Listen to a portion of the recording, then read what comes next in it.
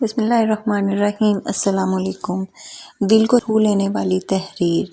کرم دین چوکیدار اپنی سائیکل کے ہینڈل سے گوشت کی چند تھیلیاں لٹکائے تیز تیز پیڈل مارتا ہوا اپنی دھن میں چلا جا رہا تھا۔ اس کے چہرے پہ ایک انوکھی سی مسرت اور طمانینت کے آثار نظر آ رہے تھے۔ ایک انتہائی غریب سے محلے میں پہنچ کر اس نے ایک گھر کے سامنے سائیکل روکی اور گھر کا دروازہ بجایا۔ کچھ دیر بعد اندر سے ایک نسوانی آواز آئی کہ جی کون؟ باہر میں ہوں کرم دین چوکیدار۔ اس کے بلند آواز سے جواب دیتے ہی دروازہ کھلا اور دوپٹے کے پلو سے چہرہ ڈھانپے ایک عورت نظر آئی۔ کرم دین نے نگاہیں جھکاتے ہوئے اس خاتون کو بڑے احترام سے سلام کیا، حال احوال پوچھا، عید کی مبارکباد دی اور گوشت کی ایک تھیلی اس کی طرف بڑھاتے ہوئے کہا کہ لیں باجی، یہ آپ کا حصہ ہے۔ اس عورت نے تھیلی لیتے ہوئے بڑے گلوگیر لہجے میں کرم دین کو مخاطب کرتے ہوئے کہا کہ کرم دین، میں تیرا شکریہ ادا نہیں کر سکتی، بس اللہ کے سامنے اپنے بچیوں کی یتیمی پیش کر کے تیرے لیے ہمیشہ خیر مانگتی رہتی ہوں۔ یہ سن کر کرم دین کی آنکھیں بھی ڈبڈبا گئیں۔ اس نے جلدی سے چہرہ دوسری طرف کرتے ہوئے کہا کہ دیکھ بہن، تجھے کتنی بار کہا ہے کہ ایسی باتیں نہ کیا کر، مجھے اچھا نہیں لگتا۔ تو میری بہنوں کی طرح ہے اور تیری بیٹیاں مجھے اپنی بیٹیوں کی طرح ہی عزیز ہیں۔ اچھا میں اب چلتا ہوں، مجھے اور گھروں میں بھی ان کا حصہ پہنچانا ہے۔ یہ کہہ کر وہ اس خاتون کا جواب سنے بغیر سائیکل پر بیٹھا اور جلدی سے آگے بڑھ گیا۔ یہ حاکم علی مالی کا گھر تھا اور یہ خاتون حاکم علی کی بیوہ تھی۔ کرم دین چوکیدار اور حاکم مالی ایک بہت بڑے سیٹھ کے بنگلے پہ کام کرتے تھے۔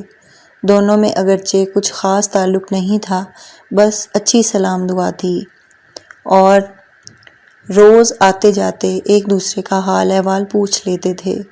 دونوں میں غریبی کے علاوہ ایک بات یہ بھی مشترک تھی کہ دونوں کی 4 بیٹیاں تھیں، بیٹا کوئی نہیں تھا۔ ایک دن ایسا ہوا کہ حاکم علی کام پہ نہ آیا۔ یوں تو وہ پہلے بھی کئی بار چھٹی کر لیا کرتا تھا، مگر آج شاید سیٹھ صاحب کے کچھ مہمان آنے تھے، اس لیے انہوں نے کرم دین کو اس کا پتہ کرنے کے لیے اس کے گھر بھیج دیا۔ کرم دین وہاں پہنچا تو دیکھا کہ اس کے گھر تو گویا قیامت صغریٰ برپا تھی۔ حاکم علی کی بیوی اور بیٹیاں دھاڑے مار مار کر رو رہی تھیں۔ حاکم علی رات سویا تو صبح اٹھا ہی نہیں۔ وہ اپنی بیوی اور بیٹیوں کو اس دنیا کے رحم و کرم پر چھوڑ کر ہمیشہ ہمیشہ کے لیے سو چکا تھا۔ کرم دین بیچارہ خود بھی بہت غریب آدمی تھا اور بال بچے دار بھی، مگر اس دن سے ہر چھوٹی بڑی عید پر جتنا ہو سکتا تھا ان کے لیے کوئی نہ کوئی چیز اور گوشت پہنچا دیا کرتا تھا۔ کرم دین جب پہلی بار ان کے ہاں گوشت لے کر آیا تو حاکم علی کی بیوہ نے روتے ہوئے کہا کہ کرم دین، اللہ تیرا بھلا کرے، آج میرے بچے 1.5-2 سال بعد پہلی بار گوشت کھائیں گے۔ بس یہ جملہ سننا تھا کہ اس کے دل پر خنجر سے چل گئے۔ بس وہ دن تھا اور آج کا دن کہ وہ ان کے ساتھ ساتھ ایسے 4-5 اور گھروں کو بھی وقتاً فوقتاً مدد کرتا رہتا تھا۔ باقی گھروں میں بھی گوشت کی تھیلیاں پہنچا کر وہ واپس پلٹا تو کافی دیر ہو چکی تھی۔ اس نے سائیکل موڑی اور اپنے گھر کی راہ پکڑ لی۔ جیسے جیسے اس کا گھر نزدیک آ رہا تھا، اس کے چہرے پر پریشانی کے تاثرات بڑھتے جا رہے تھے۔ رستے میں ایک جگہ ایک نلکے پر رک کر اس نے سائیکل صاف کرنے والا کپڑا بھگو کر ہینڈل پہ لگے گوشت اور خون کے نشانات کو صاف کیا۔ وہ شاید نشانات اپنے گھر والوں سے چھپانا چاہتا تھا اور پھر وہ دوبارہ اپنے گھر کی طرف چل دیا۔ یہ اس کا ہر سال کا معمول تھا کہ وہ صبح سویرے اپنے پرانے دھلے ہوئے کپڑے پہن کر عید کی نماز پڑھنے اپنی کچی بستی سے بہت دور شہر کے سب سے بڑے محلے میں جاتا اور عید کی نماز کے بعد لوگوں کے گھروں سے گوشت جمع کرنا شروع کر دیتا۔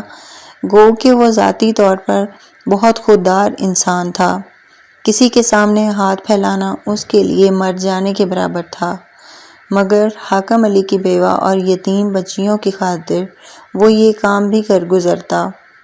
وہ دوپہر تک گوشت جمع کرتا اور دوپہر کے بعد ان گھروں میں جا کے دے آتا تھا، اور وہ لوگ یہی سمجھتے کہ شاید کرم دین کی اپنی قربانی ہوتی ہے، اور واقعی یہ کرم دین کی قربانی ہی تھی، اور اپنی عزت نفس اور خودداری کے گلے پر چھری پھیر کر ہی ان کے لیے ان لوگوں کے سامنے دامن پھیلا کر گوشت اکٹھا کیا کرتا تھا، اور ظاہر ہے اس کے لیے اس سے بڑی قربانی اور کیا ہو سکتی تھی۔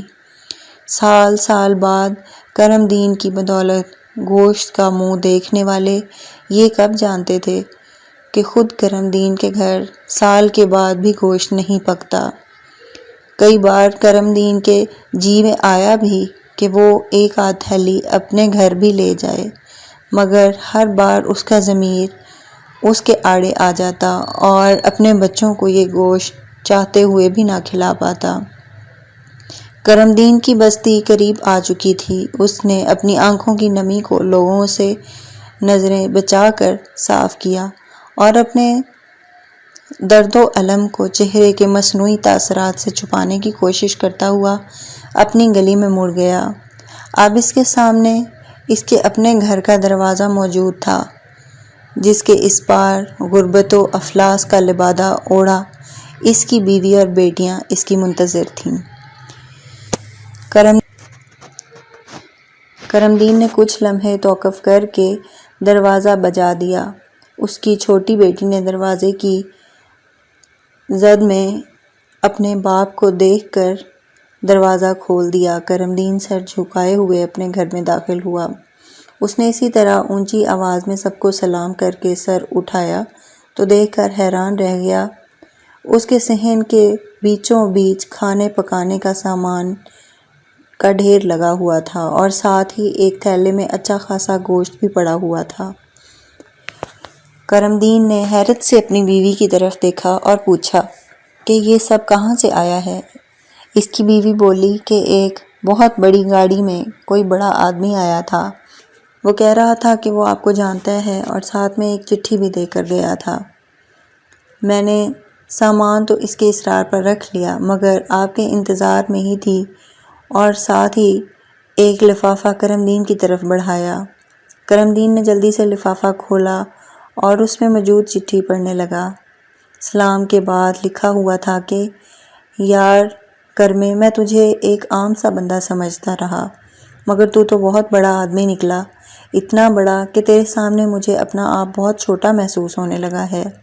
مجھے تیرے بارے میں کچھ باتیں کہیں سے پتہ چلی تھیں، پھر میں نے سارا دن تیرا پیچھا کیا اور حاکم علی کے گھر تک جا پہنچا۔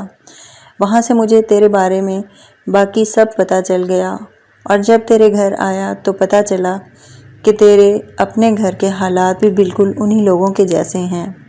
کرمے، یہ کچھ چیزیں عید کا تحفہ سمجھ کر قبول کر لے۔ تجھے اللہ کا واسطہ انکار نہ کرنا، آج سے تیرا اور باقی 5 گھر والوں کا سارا خرچ میرے ذمہ ہوگا۔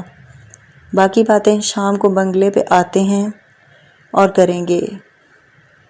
ہاں، آج ڈیوٹی پہ ذرا جلدی آ جانا، من جانب تیرا سیٹھ۔ کرم دین کی آنکھوں سے آنسو نکل کر چٹھی کی تحریر بگاڑنے لگے، اور اس کی زبان پہ بے اختیار جاری تھا، اللہ اکبر، لا الہ الا اللہ، اللہ اکبر، وللہ الحمد۔